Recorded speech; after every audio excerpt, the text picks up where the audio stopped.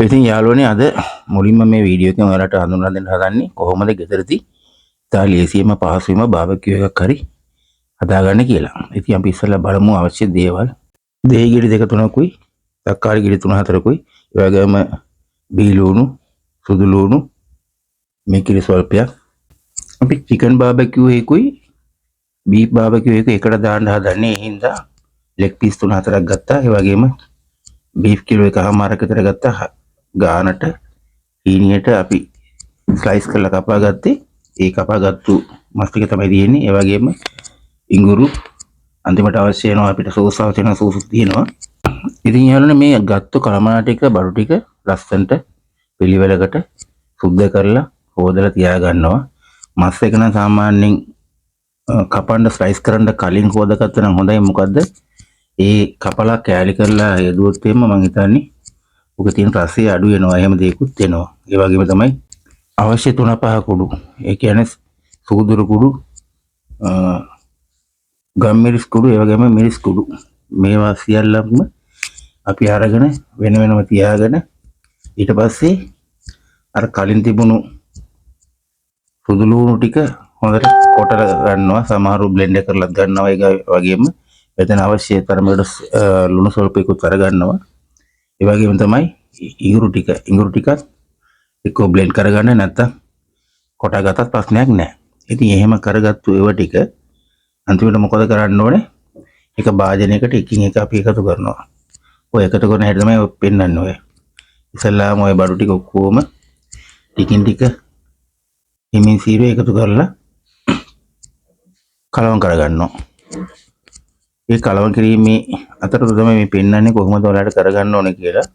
ඉතින් මොකද මම මේ අර වීඩියෝ එකේ පෙන්වන්නේ සාමාන්‍යයෙන් ඔයාලා ගෙදර කරනකොට කිසිම මේවා ගැන දැනුවත් වීමක් නැතුවනේ කරන්නේ. ඒ හින්දා කිසිම දැනුවත් වීමක් නැතුව මේ වගේ වීඩියෝ එකක් බලාගෙන ඔයාලට හොඳ ලස්සන බාබකියු එකක් ගෙදර කට්ටියට හදලා දෙන්න පුළුවන් කියලා මේකෙන් ඔයාලට බලපුවම තේරෙයි. මම හිතන්නේ ඔය කඩවල වලින් තියෙනවට වැඩිය සාමාන්‍යයෙන් පවුලේ අය එකතු වුණාම සතුටු සාමිච්චිකදී ඒ වගේ දේවල් කරනවා හැමතැනම වගේ. ඉතින් සමහරව මේක කොහොමද කරන්න කියලා දන්නේ නැහනේ. එහෙන් තමයි මම එකින් එක ඔය පැහැදිලි කිරීමක් කරන්නේ. ඉතින් ඔයාලට මේක බලනකොට මේ වීඩියෝ එක බලනකොට මට තේරුම් ගන්න පුළුවන් කොහොමද කරන්න කියලා.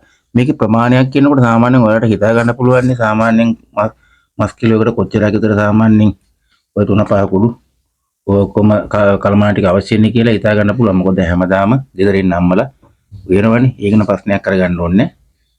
ඊට පස්සේ ඔය දෙහි ටික දැන් මෙරිකන්නේ. මේ දෙහි ටික ඇඹුල් ටික මේකට වැටෙන්න ඕන. එතකොට තමයි තව රසය වැඩි කරන්නේ. ඔය සාමාන්‍යයෙන් තියෙන ඔය අජීර්ණ ගතිය එහෙම නැති වෙනවා. ඔය ඉඟුරු වලින් මේවා එක්කම දානකොට. ඉතින් ඔය ඔක්කොම එකතු කරලා දැන් ඔය ප්‍රමාණිකුල හිමින්තරේ මිශ්‍රණේ අපි අනා ගන්නවා. ඒක සාමාන්‍යයෙන් අනා ගන්න ඕනේ. සම්පූර්ණ මේ මිශ්‍රණේ ඔක්කොම එකට මික්ස් වෙනකම් අනා ගන්න ඕනේ. එනුවෙන් පස්සේ තමයි ඔක ඔය අපි කපලා වෙනම ස්ලයිස් කරලා තියෙන මස් වලට උඩින් තවරනකොට ඕකේ තියෙන රසය සම්පූර්ණ මස් වලට ඇදලා ඇතුළට උරා ගන්නවා. එතකොට තමයි සාමාන්‍ය එක හදලා පැයකමාරක් දෙයක් විතර තියෙන තරමට හොඳ එළිය වහලා එතකොට තවත් මේ මස් වලට ඇදලා ඔය සිරප් එක ඇදලා හොඳ රසය වැඩි කරන්න හේතුවක් වෙනවා.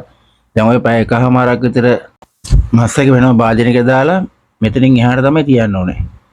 ඔය පැයකමාර පැයක් තිබුණ ප්‍රශ්නයක් නැහැ. මොකද ඔය තියෙනකොට තමයි සම්පූර්ණයෙන්ම මස් වලට ඔය අපි අමරගත්තු ඔය සකසාගත්තු ඔය 3-5 මිශ්‍රණේ හොඳට ඇදෙන්නේ.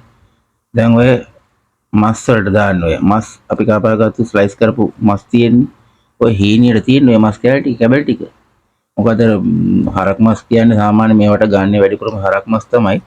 ඔය හරක් මස් එක සාමාන්‍යයෙන් හයිය වැඩිනේ. ඒ හයිය වැඩි හින්දා අපි ස්ලයිස් කරනකොට කුඩා පෙති වාගේ පෙති කියන්නේ නිකන් මේ ඝනකම නැති පොඩි පැතලි කෑලි වගේ කපාගෙන ඕකට ඔය මිශ්‍රණය තවරනවා නම් මේ මස් වලට හොඳට කා වැඩිලා උරා ගන්නවා. එතකොට මේ මස් වල රසෙ වැඩි වෙනවා. මොකද මේ ස්ලයිස් කරලා පොඩියට හීනියට කපන්න කිව්ව මොකද හරක් මස් කියන ඒවා සාමාන්‍යයෙන් ඝනකම වැඩිනේ. දැන් ඉතින් මේ තවරාගත්තු මස් ජාත් දෙකම අපි පැයකමාරක් විතර පිටියෙමුනේ. තියලා දැන් බලමු ඔය පුච්චන්න අපි අඟුරු සලසන හැටි. මේ තියෙන්නේ පොල් කටු මම අද ගත්තේ පොල් කටු ටිකක්. ඒ පොල් කටු වල අඟුරු හරි සැරයි හොඳයි. මොකද්ද අන්තිමට පිච්චුවට පස්සේ මේ දුම පිට වෙන්න හොඳ නැහැ සාමාන්‍ය අඟුරු කෑයෙන් පස්සේ. ඒ හොඳට පුච්චන්න ඕන. පුච්චලා අන්තිමට මේ වාගේ අඟුරු වුණාට පස්සේ තමයි අපි දැන් භාවිතා කරන තැටියක් කියන්නේ දැලක් ඒකට උඩින් තියලා ඉතින් ඊට පස්සේ ඒකට උඩින් තමයි ওই මස් ටික ඔය ගානට අපි අතුරන්නේ. ඔය සම්පූර්ණයෙන්ම අතුරලා ඒ රස්නේ ඔහොම සාමාන්‍යයෙන් ටිකක් වෙලා තියෙනකම් අපි ඕක රැක ගන්න ඕනේ. ඊට පස්සේ අපි සාමාන්‍යයෙන් අපි ඒකින් රස්නේ අඩුයි කියලා දැනුනොත් අපි ඊට පස්සේ පුළුවන් වැඩිපුර පුච්චනවා නම් ඒකේ අර අඟුරු ටිකක් වෙනම පුච්චලා ඒකට දාලා ඒ රස්නේ උෂ්ණත්වය හරියට පාලනය කරන්න යන්න. ඉතින් මේ දැන් පුච්චලා අවසන් වෙච්ච අදියර. ඉතින් යාළුවෝ මේ වීඩියෝ එක බලලා හොඳ නම් සබ්ස්ක්‍රයිබ් කරන්න. ඒ වගේම ලයික් එකක් දාලා ෂෙයා පාරකුත් දාලා බෙල් බටන් එක ඔයාලා ඔන් කරගත්තොත් මම දාන වීඩියෝ හැම එකක්ම ඔයාලට නිතරම ලැබෙන්න සැලසී. බොහොම ස්තුතියි.